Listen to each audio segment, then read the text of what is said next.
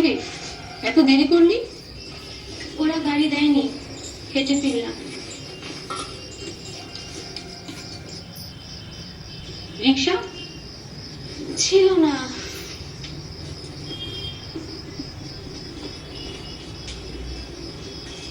তুই হাত মুখ ধুয়ে নে, আমি ভাত বাড়ছি। মা, আমাকে না একজন কলকাতা যেতে বলেছে। কেন? উনি সিনেমায় কাজ করেন, বলছে সুযোগ করে দেবেন। কে লোকটা? চিনি না, আজকে প্রোগ্রাম দেখতে এসেছিল। ওনার আমার নাচ খুব ভালো লেগেছে। তারপর নিজেই এসে কথা বললো, বলছে কলকাতা যেতে। একজন অচেনা অজানা লোকের সাথে তুই এত দূর যাবি?